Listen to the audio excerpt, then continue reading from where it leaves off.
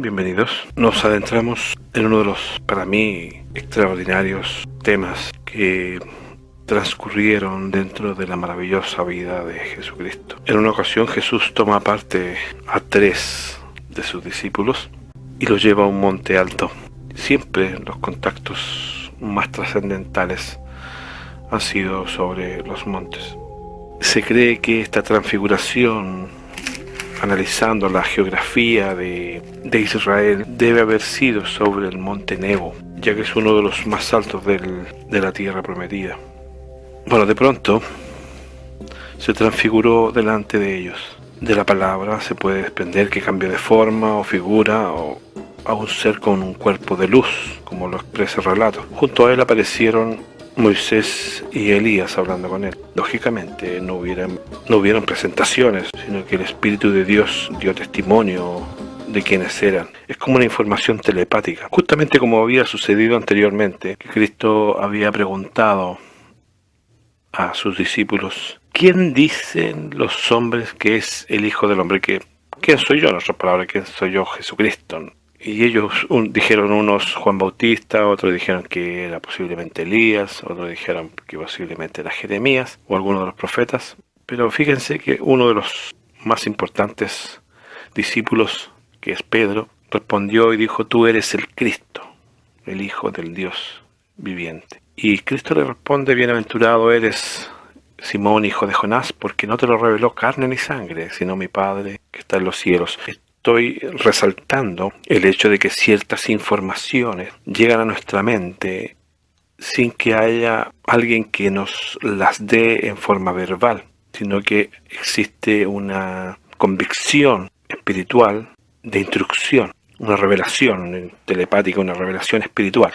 En este caso es lo mismo, a los 3 les pasó lo mismo. Vieron estos 3 personajes, sabían que uno era Cristo, y el Espíritu inmediatamente les informó de que uno era Elías y el otro era Moisés.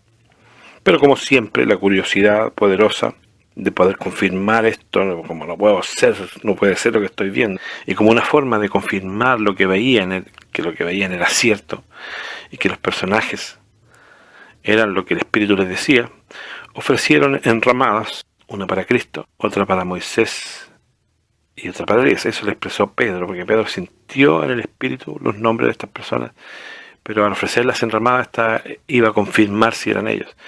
En el fondo era para que el maestro le corrigiera lo visto, como por ejemplo que le hubiese dicho: ¿quién te dijo que era Elías y quién te dijo que era Moisés? Pero no les corrigió.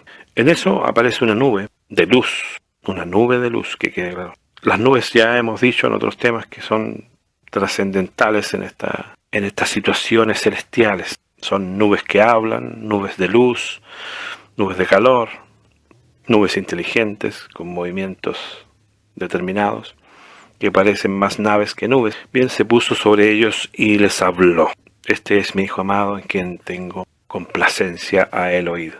Después de esto, al bajar, aún no la querían creer, aún no la creían, en su fuero interno haber visto al magnífico Moisés y al gran Elías era para no creerlo. Entonces insisten respecto a Elías, si viene o no viene.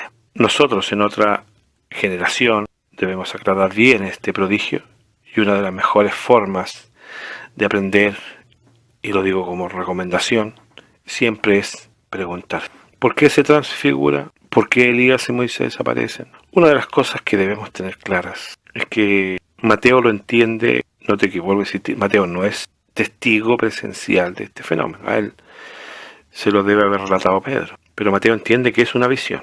En cambio, Pedro no tiene otro punto de vista respecto al tema, pero sí confirma de que esto no es una fábula, no es un cuento, no es una situación irreal, sino que bien aterrizado se da cuenta que con sus ojos vio la gloria de Jesucristo.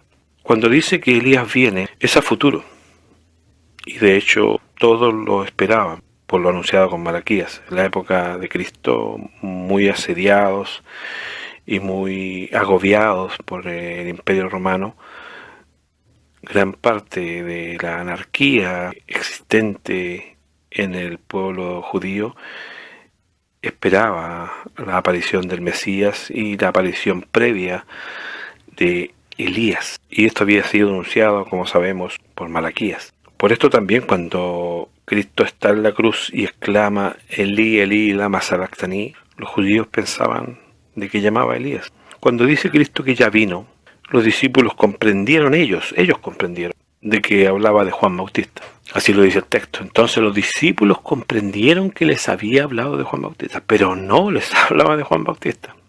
Pero la verdad se refería a las cosas ocurridas a Elías en el pasado, ya que en Marcos, que ya sabemos que Marcos es discípulo de Pedro, y Pedro es testigo presencial del hecho. Y Pedro, por medio de Marcos, nos dice que Cristo, hablando de Elías, agrega lo siguiente. Pero os digo que ya Elías vino, pero os digo que Elías ya vino, y le hicieron todo lo que quisieron, como está escrito de él.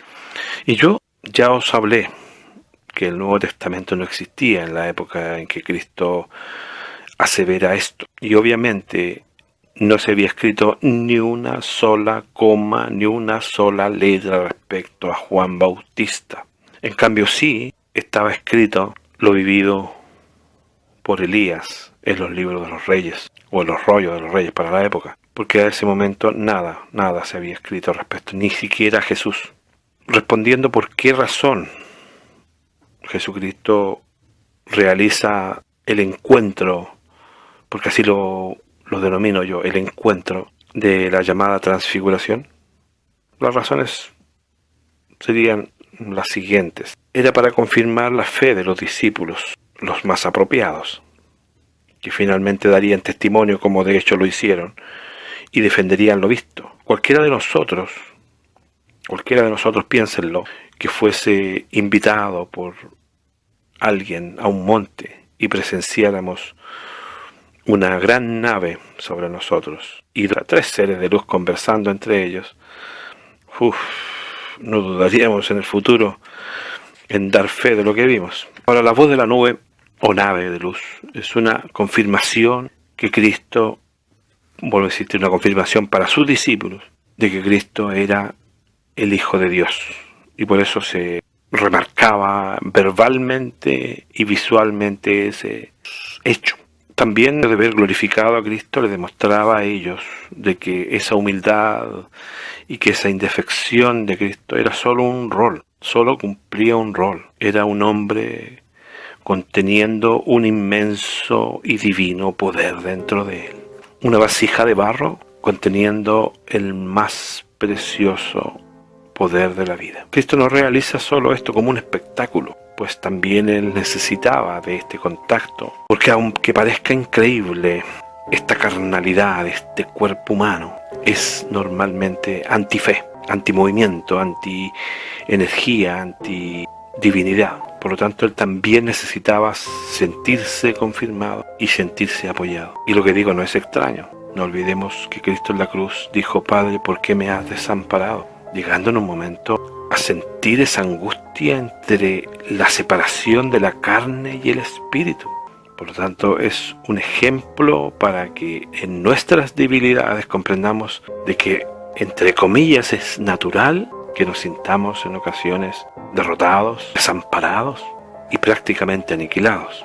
Él necesitaba tener este contacto para afinar los detalles de su muerte, y así lo dice el libro de Lucas. Él necesitaba conversar con estos cercanos a y elegidos de entre la humanidad para servicio de ella misma. Dice aquí 2 varones que hablaban con él, el cual eran Moisés y Elías, quienes aparecieron rodeados de gloria, y escuchen bien, y hablaban de su partida que iba Jesús a cumplir en Jerusalén, afinando detalles. Por lo tanto, no es solo una imagen vacía, una diapositiva con pequeño movimiento y sin un objetivo. Tomando las palabras de Pedro, que este no es una fábula artificiosa, sino que tiene todos los elementos reales. Cristo era real, la nube de luz era real, por lo tanto Elías era real y Moisés era real. Por esto ofrecieron 3 enramadas reales. Ahora bien, sabemos que Elías fue llevado al cielo antes de la primera venida de Cristo. por lo que en este periodo de tiempo, en ese periodo de tiempo y en este periodo de tiempo, se conocen muy bien con el Maestro. Para mí es maravilloso. Eso sí que es ser escogido, ¿eh? Es maravilloso haber sido tomado de esta tierra, haber sido llevado a presencia y haber sido durante todo este tiempo instruido en todas las maravillosas y grandiosas palabras de sabiduría del Maestro. Dentro de eso deben haber compartido el plan futuro con Elías. Lo de Elías es explícito. Nadie podría discutir que fue tomado de esta tierra y llevado a la presencia de Dios. Y nadie podría discutir que merecidamente y lógicamente pudo venir del cielo en la nube de luz a visitar y repasar el resto del plan con Jesucristo. Pero Moisés para las religiones está muerto. ¿Pero murió realmente? Dios lo hizo subir al monte Nebo para que viera la tierra prometida, ya que él no pasaría a tomarla. Y resaltamos lo siguiente de ese acontecimiento. Ninguno conoce el lugar de su sepultura hasta hoy. Esto lo dice Deuteronomio 34, versículo 6. Y a este respecto, alguien podría decir que Dios no permitió que conocieran su sepultura para que no fuese objeto de culto. Pero esto es no muy creíble, ya que grandes patriarcas y profetas tienen visibles sus sepulcros, como Abraham, Isaac, Jacob, José, incluso hasta su hermano Aarón tiene su sepultura. El texto nos lanza un extraño comentario. Estamos hablando del texto de Deuteronomio. Sus ojos nunca se oscurecieron, dice, ni perdió su vigor, y es raro. Es como que nos insinúa que no estaba muerto o estaba como en un sopor. Una persona que, entre comillas, fallece y tiene esa viveza en los ojos, ni pierde su cuerpo el vigor. Debemos entender de que puede estar en un estado de catalepsia, como diríamos hoy día. Pero este comentario doble de que tenía brillo de vida en sus ojos y su cuerpo tenía vigor y fuerza es un comentario hecho por su sucesor, Josué. Y no encuentra la sepultura porque no está la sepultura. Tomemos cuenta de que en el libro de Hebreos, Pablo menciona a una sucesión de personajes del Antiguo Testamento, desde Abel, pasando por Enoc, que aquí hay una cosa que también hay que aprovechar de demostrar, como ya lo he hecho en temas anteriores. A Enoc muchos suponen vivo, y él debiera haber acompañado a Elías en la transfiguración, porque se supone que había sido traspuesto y por lo tanto estaría en la presencia de Dios. E incluso hay unas profetisas por ahí que dicen que ya conversaron con él. También en el libro de Hebreos se nos habla de Noé, de Abraham, de Isaac, de Jacob, de Sara. Y concluye un sector, o sea, hace un cierre literal diciendo: conforme a la fe murieron todos estos que me acaba de mencionar, por supuesto. Concluye es Pablo en este texto, en Hebreos 11. Conscientemente realiza un alto y no considera en esa lista muertos ilustres como se supone que debería ser a Moisés, pero sí considera a Enoc. En el libro de Judas, el versículo 9, aparece un texto que dice que el arcángel Miguel contendía. Y contender se entiende como altercado, como conflicto, como lucha, como pelea. Y esta lucha y este conflicto era con el diablo, disputándose el cuerpo de Moisés. Recordemos que Miguel es el que arrojó a Lucifer a esta tierra en la batalla inicial. Por lo tanto, el conflicto era de alto nivel. De esto podemos sacar varias conclusiones. Los arcángeles como Miguel, un guerrero conocido de Lucifer, el mismo, como dije, que lo arrojó en la batalla acá a la tierra, es subordinado de Dios. Y si vino a buscar el cuerpo de Moisés, créanme que no vino por iniciativa propia. Y también es evidente que cumplió su misión, porque Dios no puede ser burlado. Ahora sí, por esto aparece la transfiguración, porque el cuerpo de Moisés, en ese momento que Josué y el pueblo de Dios lo dejaron solo, inmediatamente se abalanzó al lugar Lucifer para apoderarse de él, quizás para darle otros usos. Vamos a saber qué tenía en mente don Lucifer. Pero aparece el poderoso arcángel Miguel a rescatar ese cuerpo, para sacarlo de su catalepsia o sacarlo de su coma.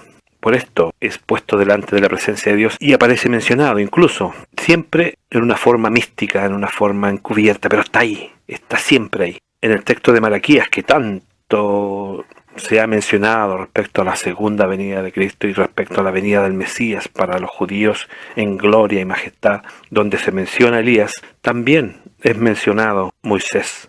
En el Apocalipsis, Moisés es uno de los dos testigos que vendrá a predicar y a dar testimonio a la tierra. Sí, prácticamente los menciona.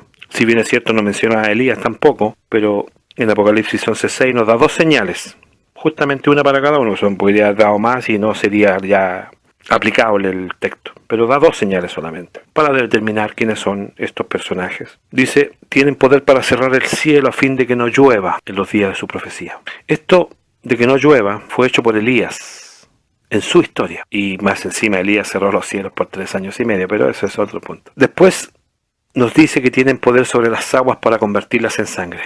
Hasta un niño sabe que Moisés hizo esto en Egipto, mostrarle una evidencia a Faraón de que él estaba asesorado por el poder de Dios. Sabiamente solo se menciona estos dos poderes, coincidentemente uno de Elías y otro de Moisés, que a propósito serán bienvenidos dentro de poco. Innegablemente muy buena elección de parte de Dios. La experiencia de Moisés en guiar un pueblo soportando por 40 años todas las rebeliones y confusiones mentales de aquel pueblo, es evidente que lo hace uno de los grandes con toda su vivencia y toda su historia. Elías está además, sí, ha sido siempre puesto en alto por la teología y es claro de que es un gran personaje y tendremos la posibilidad de estrechar sus manos y abrazarse con ellos porque ellos recorrerán la tierra.